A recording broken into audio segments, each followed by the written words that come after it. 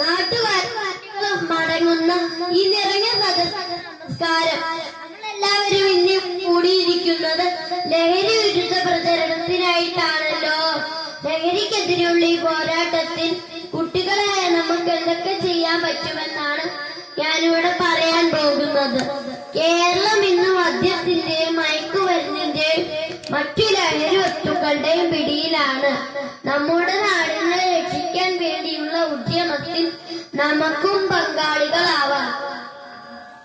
മയക്കുമരുന്ന് വിതരണക്കാർ ഏറ്റവും കൂടുതൽ ലക്ഷ്യമിടുന്നത് യുവാക്കളെയും കുട്ടികളെയുമാണ്. യുവതലമുറയെ കാർന്നു തിന്നുന്ന അതിന്റെ വിപത്തിനെതിരെ പോരാടേണ്ടത് നമ്മൾ തന്നെ. മയക്കുമരുന്ന് കച്ചവടക്കാർ ഏറ്റവും കൂടുതൽ ലക്ഷ്യമിടുന്നത് നമ്മുടെ സ്കൂളുകളും പരിസരങ്ങളുമാണ്. നമുക്ക് പരിചയമില്ലാത്ത ചേട്ടന്മാരോ മിഠായി, ജ്യൂസ്, ഗുളിക അങ്ങനെയുള്ള എന്തെങ്കിലും തന്നാൽ വേണ്ട എന്ന് പറയുക. ഇല്ലെങ്കിൽ വീട്ടിൽ കൊണ്ടുവന്ന് അച്ഛനമ്മമാരെ കാണിച്ച് തിന്നാം.